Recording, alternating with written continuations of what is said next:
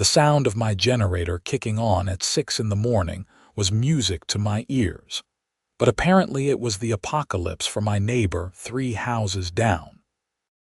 I had just started it up to keep my refrigerator running during the planned power outage that the electric company had warned us about 2 weeks ago when I heard the shouting.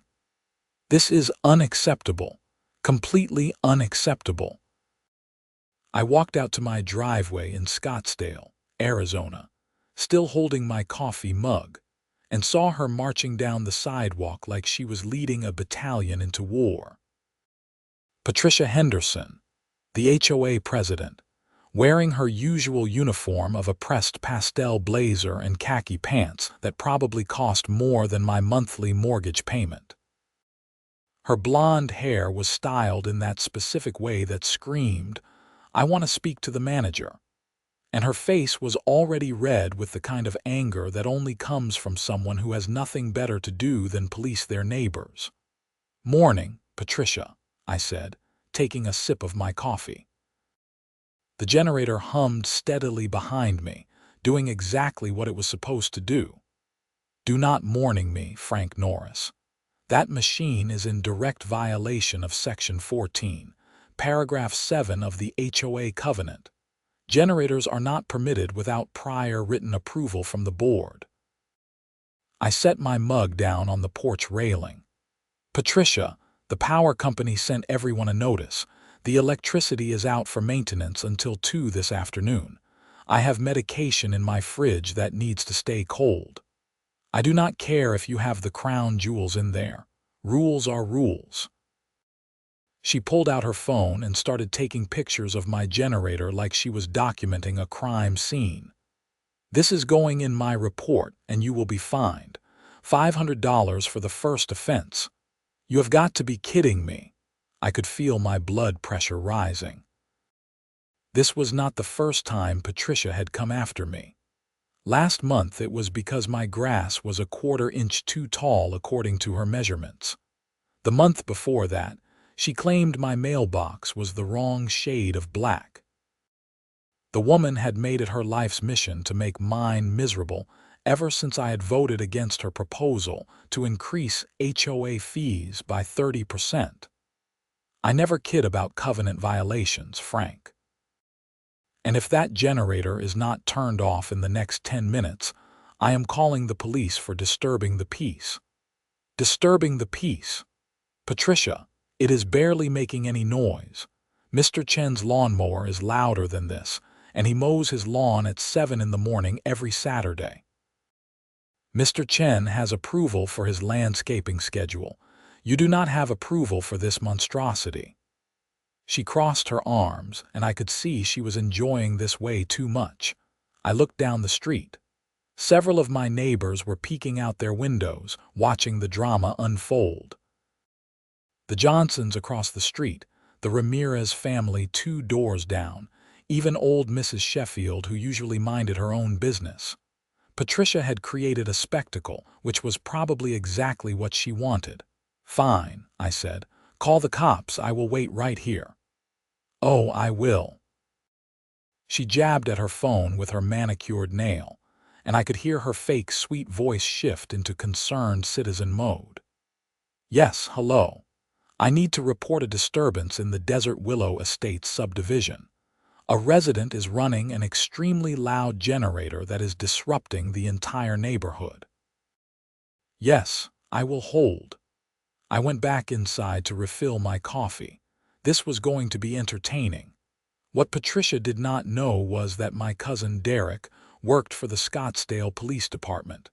I had no idea if he would be the one responding, but the thought of it made me smile.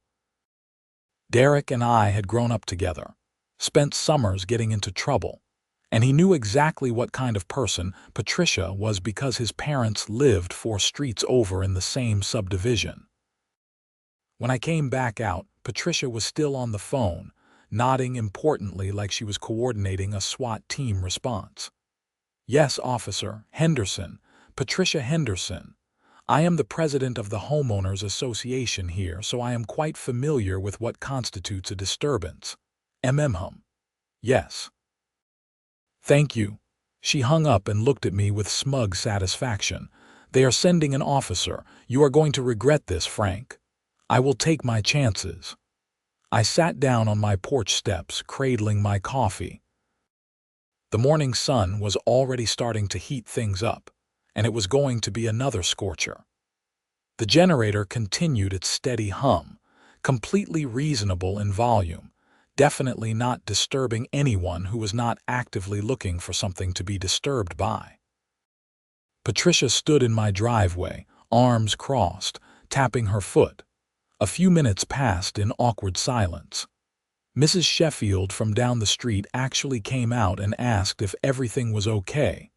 Patricia waved her off with a curt, "Everything is under control." About 15 minutes later, a Scottsdale PD cruiser rolled up. I recognized the number on the side and had to bite back a grin. The door opened, and out stepped Derek, all 6'3" of him, in his uniform with his sunglasses on.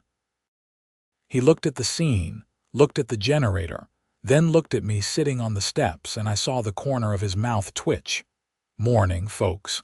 Got a call about a disturbance." Derek pulled out his notebook, playing it completely professional. Patricia immediately launched into her speech. "Officer, thank goodness you are here. This man," she pointed at me like I was public enemy number one, "is running an industrial generator in a residential neighborhood in direct violation of our HOA covenants. It has been making a terrible noise since 6 this morning, and none of us can enjoy our homes in peace." Derek walked over to the generator, examining it. It was a standard portable model, the kind you could buy at any hardware store, sitting on my driveway about 10 feet from the garage. He pulled out a small device from his belt. "Madam, I am going to measure the decibel level. City ordinance states that daytime noise cannot exceed 70 decibels in a residential area." He held up the meter near the generator, waited a moment, then checked the reading. "This is reading at 55 decibels. That is about the same as normal conversation level, well within legal limits." Patricia's face went from red to almost purple. But the HOA covenant clearly states, "Madam, HOA covenants do not supersede city or state law. If this gentleman needs to run his generator during a power outage, and it is not violating any noise ordinances, which it is not, then he is well within his rights to do so." Derek was keeping his voice even and professional, but I could hear the slight amusement underneath. "This is ridiculous. I am the president of the Desert Willow Estates HOA, and I am telling you this is a violation." Derek turned to face her fully. "And I am a police officer telling you that no laws are being broken here. Now, is there an actual emergency I should be aware of?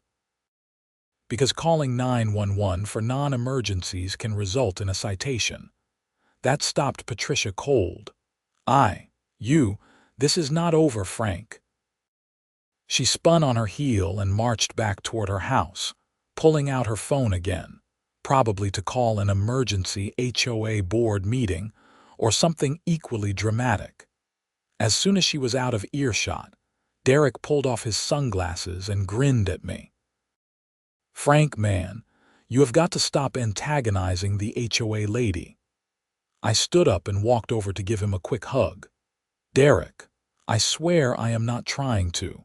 I am just trying to live my life, and she acts like I am personally trying to destroy property values by existing. Yeah, my mom complains about her all the time. Last month, Patricia tried to fine them because their Christmas lights were still up in January. They are decorative string lights on the patio. Been there for 3 years. Derek shook his head. "Some people just love having power over others." "So you really cannot do anything about her harassment? Not unless she is actually breaking laws.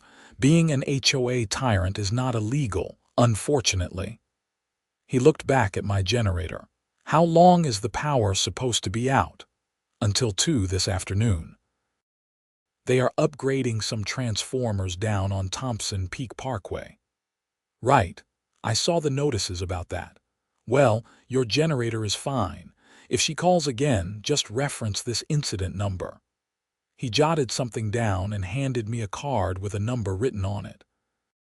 And maybe invest in some good earplugs as a gift for Patricia. I laughed. Thanks, man. Hey, are you still coming to the barbecue next weekend? Would not miss it, especially if you are making those ribs again.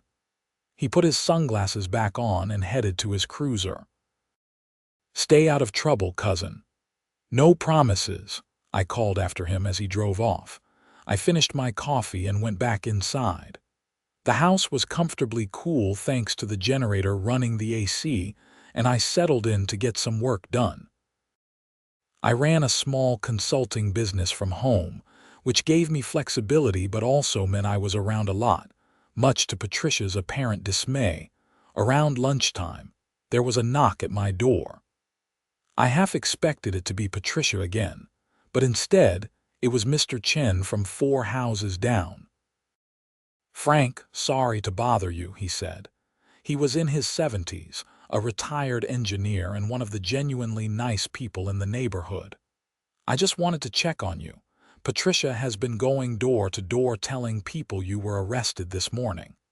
What? I could not believe it. Mr. Chen, the officer who came out, was my cousin. He measured the noise, said everything was fine and left. Nobody got arrested. Mr. Chen nodded knowingly. I figured it was something like that. Patricia has a habit of exaggerating. Last year, she told everyone the Ramirez family was running an illegal business from their home. Turned out they were just having family over on weekends, and she did not like the extra cars on the street. This is getting out of hand. I know. Several of us have been talking. Patricia is up for re-election as HOA president in 3 months, and there is a group of us who are planning to vote her out. Would you be interested in coming to a meeting? We need reasonable people who are willing to stand up to her nonsense. This was interesting. Yeah, Mr. Chen, I would definitely be interested. When and where? Next Thursday evening, 7 o'clock at my place. Just a small group, maybe 8 or 9 of us. We need to organize if we want to make a change. He handed me a slip of paper with his address.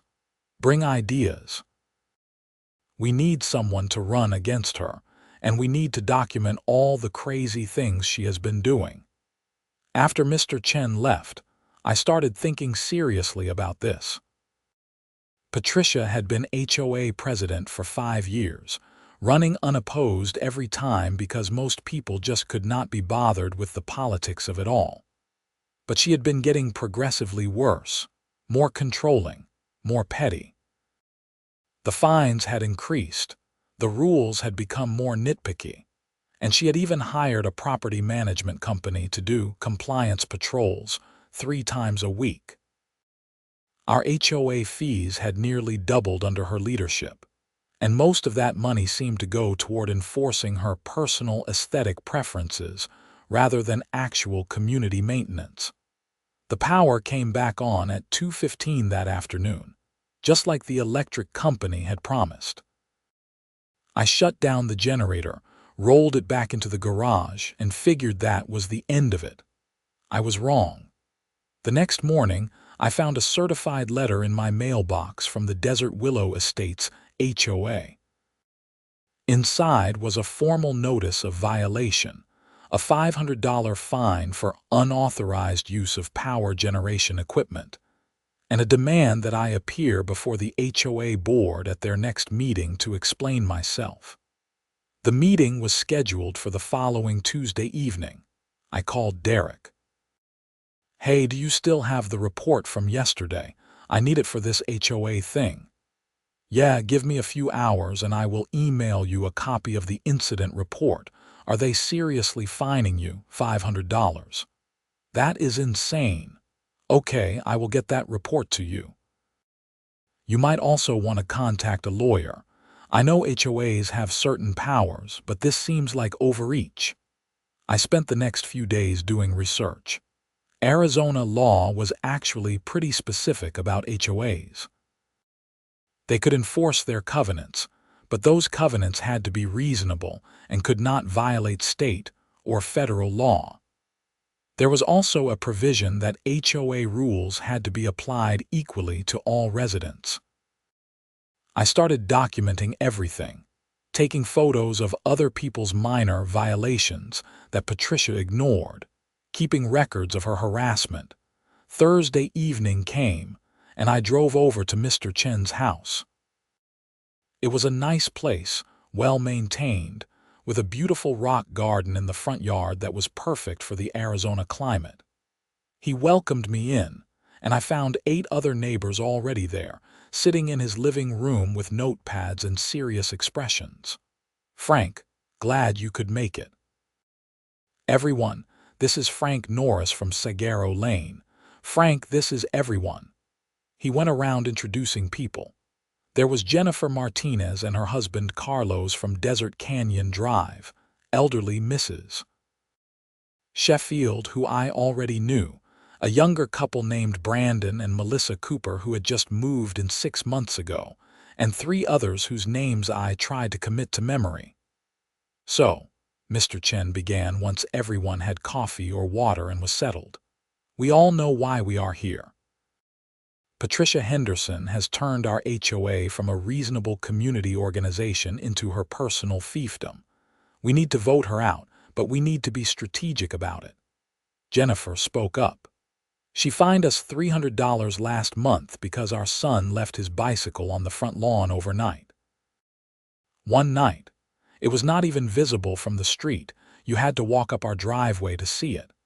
She sent us a violation notice because our front door wreath was not seasonally appropriate," Melissa Cooper added. "It was a plain green wreath. Apparently, those are only allowed in December and January." The stories kept coming. Everyone in that room had been targeted by Patricia at some point, fined for ridiculous things, harassed about minor issues while actual problems in the community went ignored. The community pool needed resurfacing. Several streetlights were out, and the landscaping in the common areas was dying because the contracted company was the cheapest one Patricia could find. But she was too busy measuring people's grass height to care about real issues. "We need someone to run against her," Mr. Chen said. "Someone who can actually win." Everyone looked around at each other. Finally, Brandon Cooper said, "What about you, Frank? You have been pretty vocal about standing up to her." "Me? I am literally in the middle of a fight with her right now. I have a hearing next Tuesday." "Exactly," Jennifer said. "You have not backed down. Most people just pay the fine and move on because it is easier. You are actually fighting back." I thought about it. Running for HOA president was not something I had ever considered, but looking around the room at these frustrated, fed-up neighbors, I realized someone had to do it. "Okay, what would this involve?" Mr. Chen pulled out a folder. I took the liberty of printing out the HOA bylaws. "To run for president, you need to be a homeowner in good standing, which you are, even with Patricia's bogus fine. You need to file a declaration of candidacy 30 days before the election, which is coming up in June. That gives us about 6 weeks, and you need to attend the monthly board meetings." "Which means the one on Tuesday," I said. "Which means the one on Tuesday," he confirmed. "This might actually work in your favor. You can see how she runs things, and everyone else in the community will see how she treats someone who questions her authority." We spent the next 2 hours planning. Mr. Chen would be my campaign manager, which made me laugh because it felt absurdly official for a homeowners association election, but he was serious about it. Jennifer offered to design flyers and a simple website. Carlos said he would talk to people in the community, spread the word. Mrs. Sheffield, bless her heart, said she would bake cookies for a meet and greet event we could host. By the time I left that night, I felt energized. This was bigger than just my generator. This was about taking back the community from someone who had turned it into her personal kingdom. Tuesday evening arrived, and I dressed in business casual clothes, grabbed my folder full of documentation, and drove to the community center where the HOA meetings were held. It was a small building near the pool and tennis courts, mostly used for resident events and monthly board meetings. I arrived 10 minutes early. Patricia was already there, sitting at a long table at the front of the room with 4 other board members. I recognized 2 of them, Karen and Stuart, who lived on the other side of the development. The other 2 I had seen around but never spoken to. Patricia saw me walk in and her expression hardened. "Mr. Norris, how punctual." "Would not miss it," I said, taking a seat in the front row. A few other residents trickled in. Mr. Chen came and sat beside me, and I was glad for the moral support. Patricia called the meeting to order at exactly 7 o'clock. She went through the usual business, reading minutes from the last meeting, discussing the budget, approving invoices. It was all very dry and procedural. Then she got to violations and enforcement. "We have a serious matter to address this evening," Patricia said, looking directly at me. "Mr. Frank Norris of 4782 Sagaro Lane has committed a flagrant violation of our community covenants by operating an unauthorized generator on his property. The noise disturbance affected multiple residents and showed a complete disregard for community standards." I raised my hand. "You will have a chance to speak, Mr. Norris," Patricia said curtly. She went on for another 5 minutes, painting me as some kind of neighborhood menace. According to her version of events, my generator had been deafeningly loud, had run for hours beyond when it was necessary, and I had been belligerent with both her and the responding police officer. Finally, she looked at me. "Mr. Norris, would you like to address the board?" I stood up and walked to the front. "Thank you, Patricia. Members of the board, I think it is important we deal with facts here, not exaggerations." I pulled out the police report Derek had sent me. This is the official incident report from the Scottsdale Police Department. The responding officer measured the noise level of my generator at 55 decibels, which is well below the city's legal limit of 70 decibels. He confirmed that no laws were being broken and that I was within my rights to operate the generator during a planned power outage. I handed copies to each board member. Patricia's face was getting that familiar red color. "Furthermore," I continued, "the power outage was announced 2 weeks in advance by the electric company. I have medication that requires refrigeration. Running a generator during a power outage for essential needs is not only reasonable, it is specifically allowed under Arizona state law, which supersedes HOA covenants." Stuart, one of the board members, was reading the police report. "Patricia, this says the officer found no violation of any ordinances. HOA covenants are separate from city ordinances," Patricia snapped. "We have rules about generators." "Can you show me that rule?" I asked. "Because I have read the covenants front to back, and the only mention of generators is that permanent installations require architectural approval. This was a portable generator used during an emergency situation." Patricia flipped through her own copy of the covenants, clearly looking for something to support her position. The silence stretched out awkwardly. Karen, the other board member I knew, spoke up. "Patricia, I think Mr. Norris has a point. We cannot fine people for things that are not actually in the covenants. The covenant says any exterior equipment must be approved by the board," Patricia insisted. "Exterior permanent equipment," I corrected. "It specifically says permanent. A portable generator used temporarily is not permanent equipment. But even if it was ambiguous, you cannot enforce rules that contradict state law. I have the right to use a generator to preserve medication during a power outage. That is protected under state law." The other board members were looking uncomfortable now. Stuart said, I think we need to table this and review the covenants more carefully before imposing any fines. I second that, Karen said. Patricia looked like she had bitten into a lemon. Fine. This matter is tabled pending further review. Is there any other business? I raised my hand again. Actually, yes. I would like to formally declare my intention to run for HOA president in the upcoming election. The room went dead silent. Patricia stared at me like I had just announced I was from Mars. You. What? I am running for president. I have been a homeowner here for 4 years. I am in good standing, and I believe this community deserves leadership that focuses on real issues rather than petty enforcement of ambiguous rules. I pulled out my declaration of candidacy form, which Mr. Chen had helped me prepare. I am submitting this now, which is well within the 30-day requirement. Patricia snatched the form from my hand. You cannot be serious, completely serious. Stuart was trying to hide a smile. Well, this will make for an interesting election. I think we need to adjourn and let everyone digest this news. The meeting wrapped up quickly after that. As people filed out, several residents came up to me, shaking my hand, saying they were glad someone was finally standing up to Patricia. Mr. Chen was beaming like a proud parent.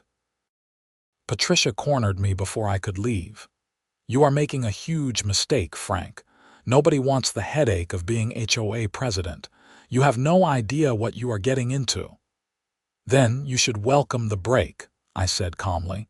You have been doing this for 5 years. Must be exhausting micromanaging everyone's lives. Her eyes narrowed. I have dedicated myself to maintaining the standards of this community. Property values have increased under my leadership. Property values have increased because we are in Scottsdale and the housing market has been booming. That has nothing to do with you fining people over wreath colors. I picked up my folder. See you at the next meeting, Patricia. Over the next few weeks, the campaign kicked into high gear. Mr. Chen and I went door to door, talking to residents, listening to their concerns. The response was overwhelming. People were tired of the constant fear of being fined, tired of the increasing HOA fees, tired of Patricia's attitude. Out of the 200 homes in Desert Willow Estates, I had pledges of support from at least 120. We held a meet and greet at my house on a Saturday afternoon. Mrs. Sheffield brought 3 types of cookies. Jennifer and Carlos made a banner. We set up tables in my backyard and people came.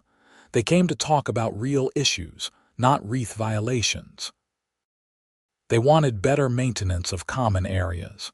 They wanted reasonable enforcement of actual safety issues, not aesthetic preferences.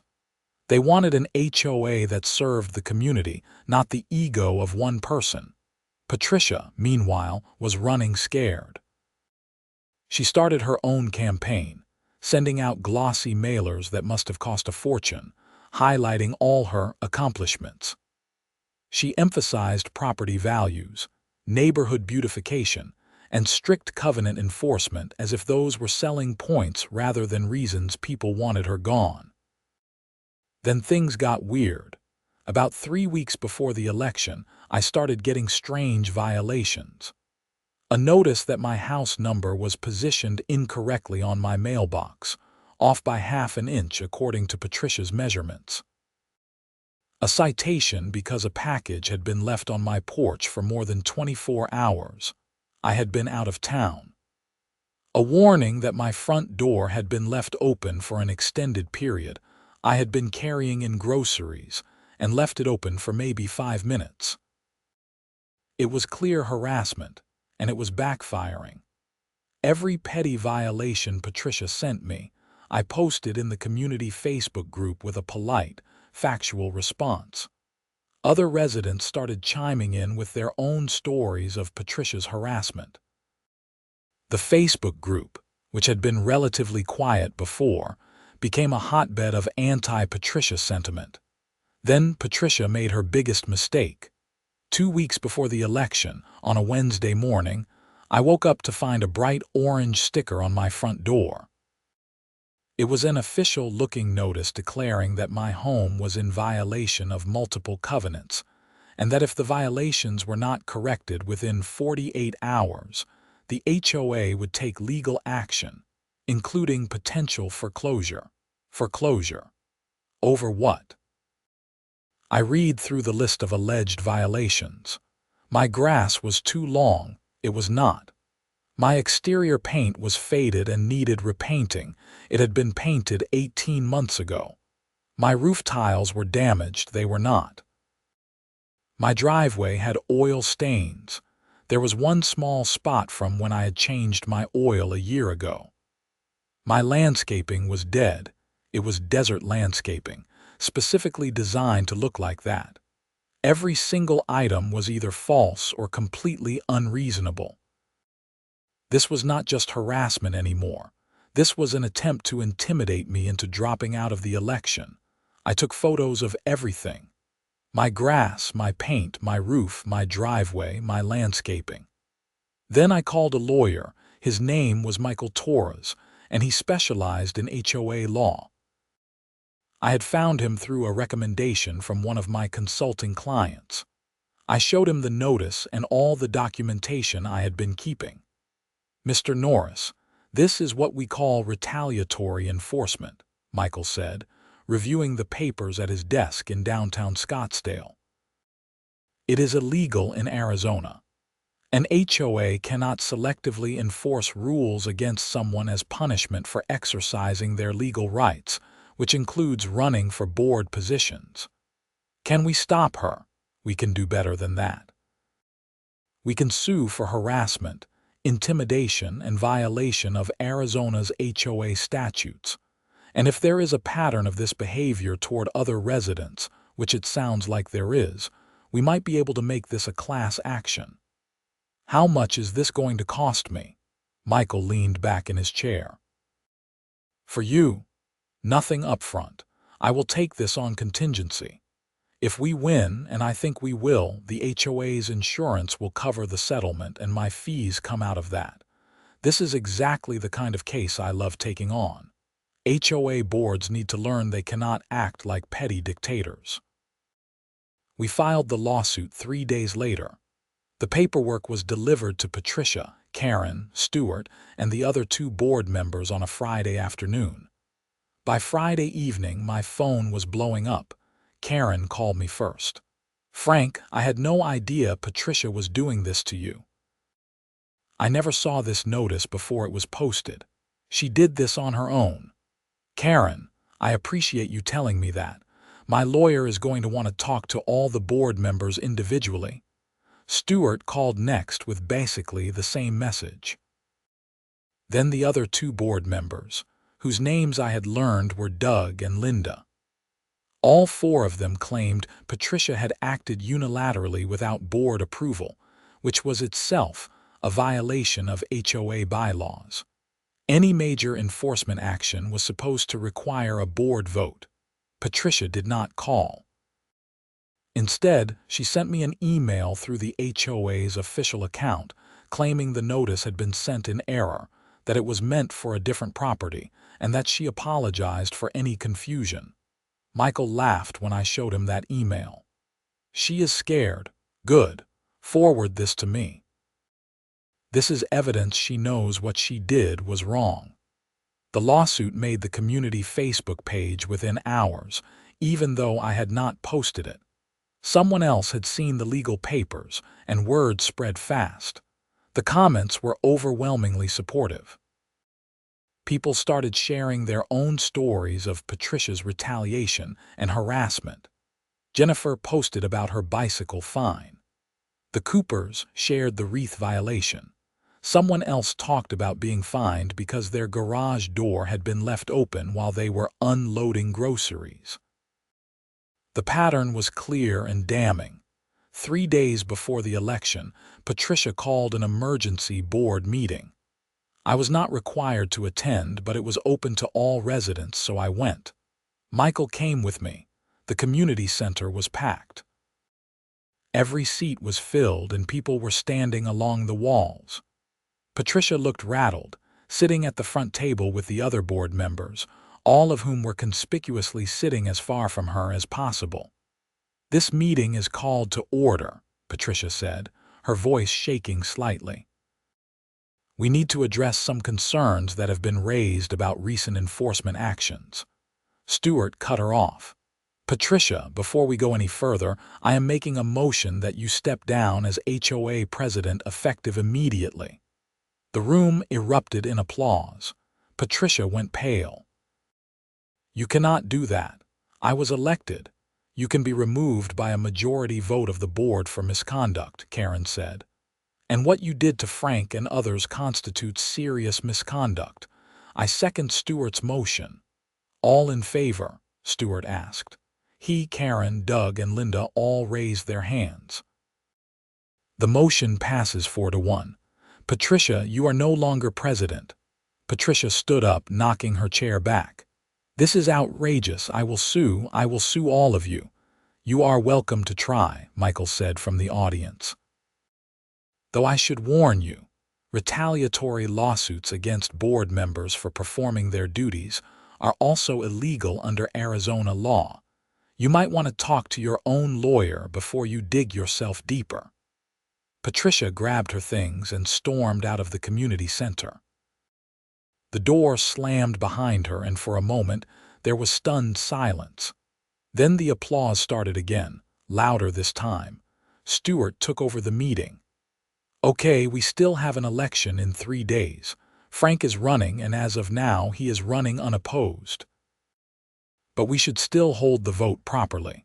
Is there anyone else who wants to declare their candidacy?" No one spoke up. "Then I think we can make this pretty simple. Saturday's election will proceed as scheduled. In the meantime, I will serve as interim president." The meeting wrapped up quickly after that. People came up to shake my hand, to thank me for standing up to Patricia, to say they were glad things were finally changing. It felt surreal. A month ago, I had just been a guy trying to keep his refrigerator running during a power outage. Now I was apparently about to become HOA president. Election day was Saturday from 9 in the morning until 5 in the evening. Voting took place at the community center, and residents could either come in person or submit proxies. Mr. Chen and I showed up at 8 to help set up. The turnout was incredible. Usually, HOA elections got maybe 30% participation. By noon, over 60% of homeowners had already voted. By 5 o'clock, when the polls closed, we had 87% participation. The vote was not even close. 163 votes for me, 22 votes for write-in candidates, including 3 for Patricia, and 15 abstentions. I was officially the new HOA president of Desert Willow Estates. Stewart and Karen congratulated me, both looking relieved. "We will stay on as board members if you will have us," Stewart said, "but we are happy to let you lead. God knows we should have stood up to Patricia years ago." "I would appreciate that," I said. "We have a lot of work to do." My first act as president at the board meeting the following Tuesday was to rescind all pending violations that had been issued in the past 6 months. We would review each one individually and only reinstate those that were legitimate safety concerns. The bogus fines were voided. My second act was to hire a professional management company to conduct an audit of HOA finances. Patricia had been managing the books herself, and I wanted to make sure everything was above board. Turned out, it was not. The audit took 3 weeks and revealed some disturbing facts. Over the past 5 years, Patricia had used HOA funds to pay for personal expenses, disguised as community improvements.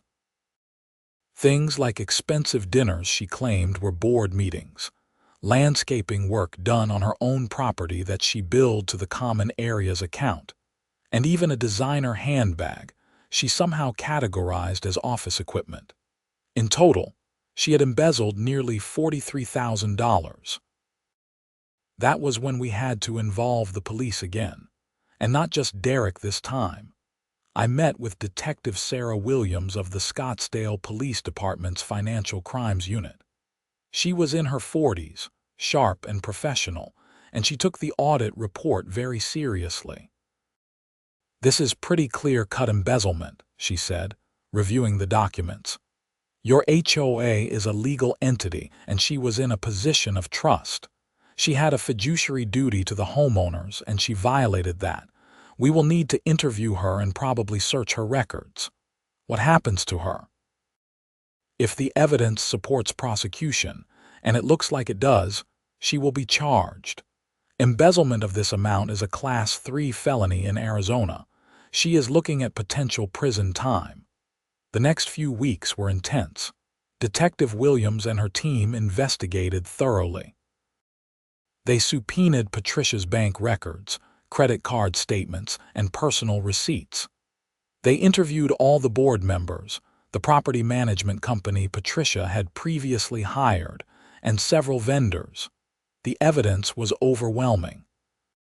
Patricia had been systematically stealing from the HOA for years, getting bolder as time went on. She had assumed no one would ever check, that her position as president made her untouchable. She was arrested on a Thursday morning. Derek was not involved in the arrest, but he called me afterward to let me know. "They got her this morning at her house. She is being arraigned this afternoon. Frank, this is serious. She is probably going to prison." I felt a complicated mix of emotions. On one hand, Patricia had made my life miserable and had stolen from all of us. On the other hand, watching someone's life fall apart, even someone who had been awful, was not something I could feel good about. What happens now? The DA will prosecute. Given the amount and the duration, I doubt they will offer much of a plea deal. She is going to have to pay restitution to the HOA, and she is probably looking at least 3 to 5 years. The community reaction was mixed. Some people were shocked, having no idea the financial irregularities had been happening. Others were not surprised at all, saying they had always suspected Patricia was up to something. The Facebook group exploded with discussion, speculation, and not a small amount of "I told you so." Patricia made bail, but her life in Desert Willow Estates was over. She put her house up for sale within a week. I heard through the grapevine that she was moving in with her sister in California while awaiting trial. As HOA president, I had to focus on moving forward. We formed committees to address real issues. A maintenance committee to handle the pool, landscaping, and common areas. A welcoming committee to help new residents feel at home. A finance committee to ensure transparency and prevent anything like Patricia's embezzlement from happening again. We also completely rewrote the enforcement policy. Violations would only be issued for genuine safety concerns or major issues, and they would require a majority vote of the board. No more measuring grass with rulers or policing wreath colors. We were going to be a community association, not a police state. Michael Torres, my lawyer, helped negotiate the restitution with Patricia's lawyer. She agreed to pay back the full $43,000 plus interest and penalties. It would take years, likely from whatever wages she earned after her prison sentence, but at least the community would eventually be made whole. The criminal trial took place 6 months later. I attended, along with several other residents. Patricia pleaded guilty to 1 count of felony embezzlement in exchange for the prosecution dropping several related charges. The judge sentenced her to 4 years in state prison and 10 years of probation after release, along with the full restitution. Watching her be led away in handcuffs was surreal. This woman who had wielded so much power over our little subdivision, who had made so many people's lives difficult over trivial matters, was now facing the consequences of her actual crimes. After the sentencing, Detective Williams approached me in the courthouse hallway. This was a good outcome. A lot of times, HOA fraud goes unreported because people just do not want the hassle. You did the right thing pursuing this. I just wanted to keep my generator running, I said with a tired laugh. She smiled. Funny how these things snowball. One little act of standing up for yourself and you end up uncovering a whole criminal enterprise. Life in Desert Willow Estate started to improve dramatically. With proper management of the finances, we were able to resurface the pool, fix the streetlights, and upgrade the landscaping in the common areas. We even had enough left over to start a reserve fund for future major expenses, something Patricia had never bothered with. The community felt different too. People were friendlier, more relaxed. Without the constant fear of arbitrary fines and harassment, neighbors actually enjoyed living here. We started having more community events, block parties, holiday celebrations. The Facebook group shifted from complaints about Patricia to people sharing recipes and organizing playdates for their kids. Derek came over for that barbecue I had promised him, about 8 months after the initial generator incident. We sat on my back patio with ribs, cold beer, and the satisfaction of a crazy chapter finally closed. You know what the funniest part of all this is? Derek said, working on his third rib. If Patricia had just ignored your generator that day, none of this would have happened. She would probably still be president, still stealing money, and nobody would have been the wiser. Her ego got in the way, I agreed. She could not stand that someone was not following her rules, even when her rules were nonsense. So she escalated and kept escalating until it all came crashing down. How is being HOA president? You like it? Honestly, it is more work than I expected, but yeah, I like it. It feels good to actually help the community instead of just policing it. We are doing real things now, making real improvements. And the best part is I can run my generator whenever I need to without anyone calling the cops on me. Derek laughed. Speaking of which, are you going to need it again soon? Power company is doing another maintenance outage next month. And yes, I will be running my generator, which is now officially approved by the HOA board, which I happen to lead, so Patricia can complain all she wants from prison. We clinked our beer bottles together. Mr. Chen stopped by later in the evening, bringing some homemade spring rolls from his wife. Frank, I just wanted to say thank you again for everything you did. This community is a completely different place now. I could not have done it without you, Mr. Chen. You are the one who organized everyone, who believed we could actually make a change. But you were the one willing to run, willing to put yourself out there. That takes courage. He sat down with us, accepting a beer from Derek.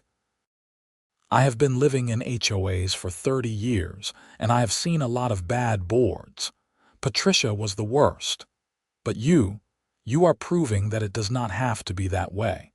An HOA can actually serve its community. We sat there as the sun set over the Arizona desert, talking and laughing, enjoying the warm evening.